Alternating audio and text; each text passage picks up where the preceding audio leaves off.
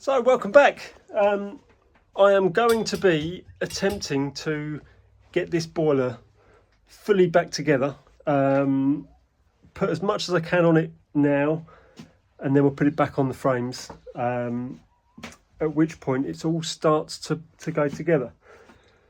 So I'm starting at getting the regulator bits bolted in, and first stage I bought a whole load, restocked my boxes anyway, but bought a load of stainless steel bolts, the sizes I needed for this regulator.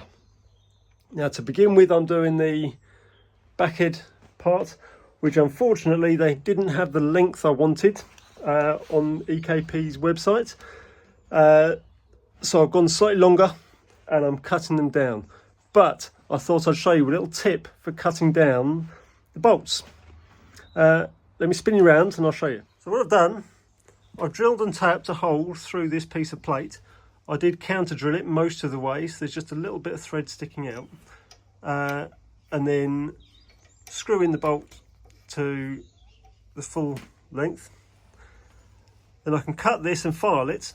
They will all end up the same length, and in the course of unwinding the bolt, it will clean up the threads on the end. So I'll get that done and we'll get them in the boiler. So bolt gets screwed in. Obviously it's got to screw in quite a long way because we haven't shortened it yet.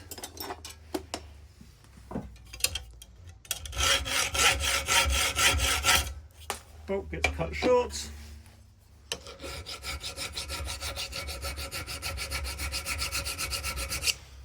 End gets filed. Whiz it out and into the boiler, and then repeat. So the eagle-eyed may have noticed that I forgot to install the regulator shaft, the handle. So back off, put the regulator handle in, and then it can all go back together again.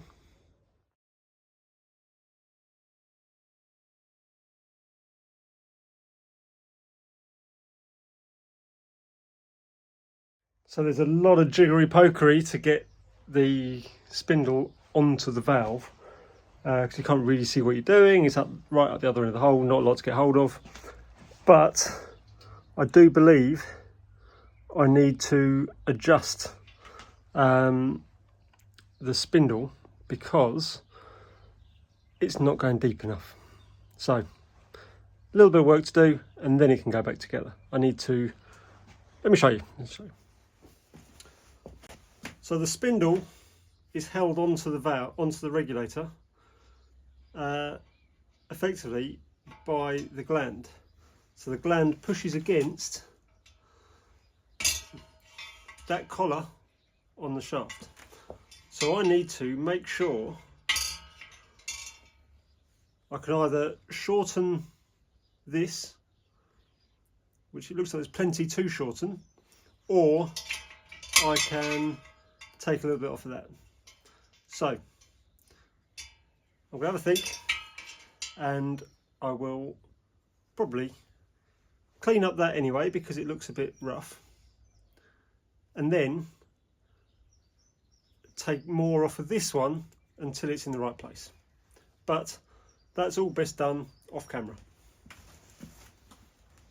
So with that all in, I have screwed on the turret, which was only a case of putting some tape on the turret. I did take a little bit off the end of the spigot sticking down as well, just because we've added this much height in, so I've probably taken about half of that off of the bottom of this, which then means the pipe that runs from the bottom of there to the blower valve was a bit too short, so I've annealed it, because with the angles that it is, I should be able to take that out and make it fit, but that needed a bit of tweaking to make that work. So I'm gradually going to go through this pot,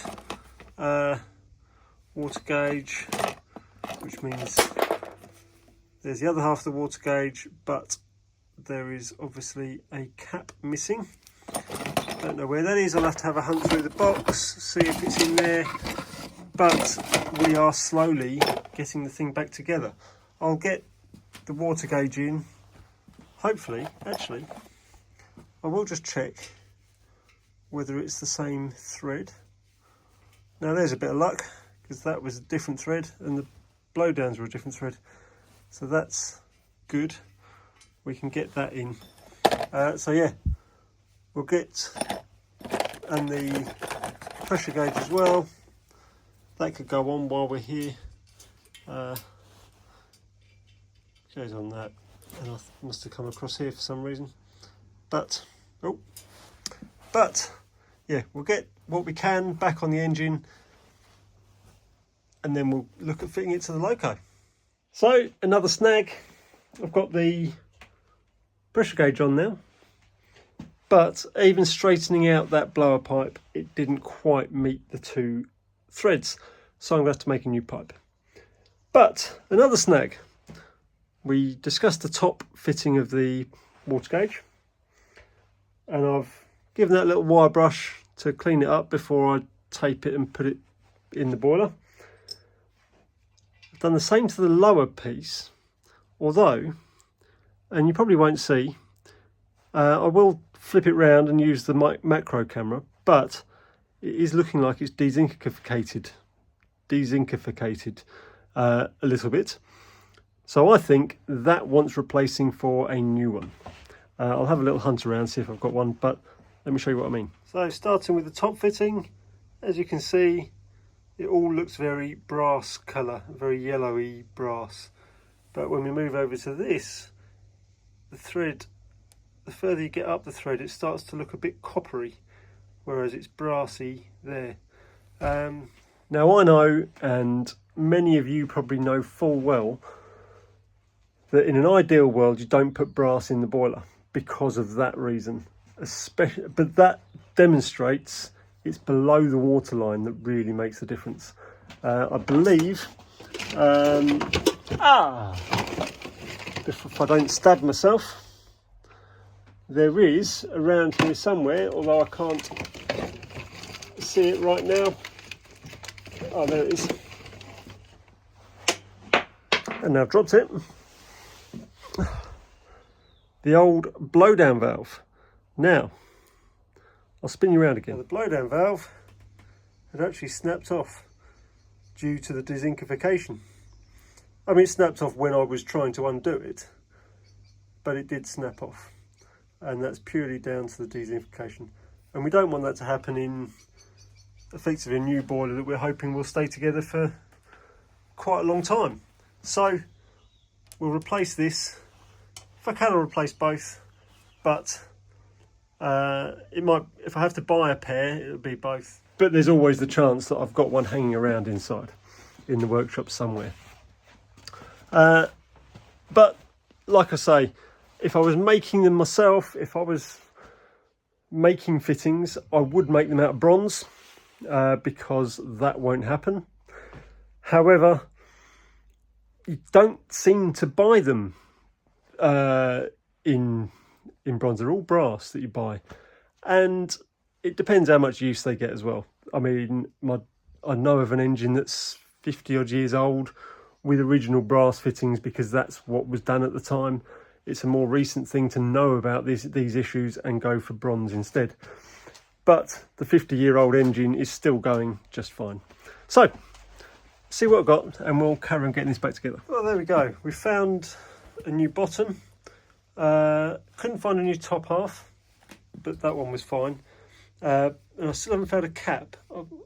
I did find a couple of the top halves, I must say, but a couple of them were broken open and had problems. But yeah, I've only done them up finger tight so far. Being a water gauge, it doesn't need to be too tight, it just needs to be tight enough to hold the pressure. So I've done it finger tight, and I believe indoors I've got some pipe cleaners, so I might even clean the inside of the glass before making a cap to go on top. But that is pretty much the back end done. I still need to make that little pipe, but I'll do that shortly and I'll be back. So with that pipe fitted, and made, although I did have to get unions involved to make the pipe. The boiler can go on. Now, I have cleaned up what I need to around the chassis, brought the chassis into this bit of the workshop. I've got some high temperature silicone sealant to hand. The boiler cladding is there. Now my plan is silicone up the inside of the smoke box, fit the boiler, put the boiler into the frames, put a couple of bolts in the saddle so it's in the right place. I might not do the bolts up totally, but get the bolts in so the smoke box is in the right place, the right orientation, the boiler's sitting where it needs to be sitting, and the cladding is on. The only reason for doing that is so the boiler doesn't go into the smoke box too far. So that's the plan. We'll get that done. I'll set up the camera so you can watch me do it, and then it can be left to dry for a bit. Yeah, I'll tell you the next plan after that's done.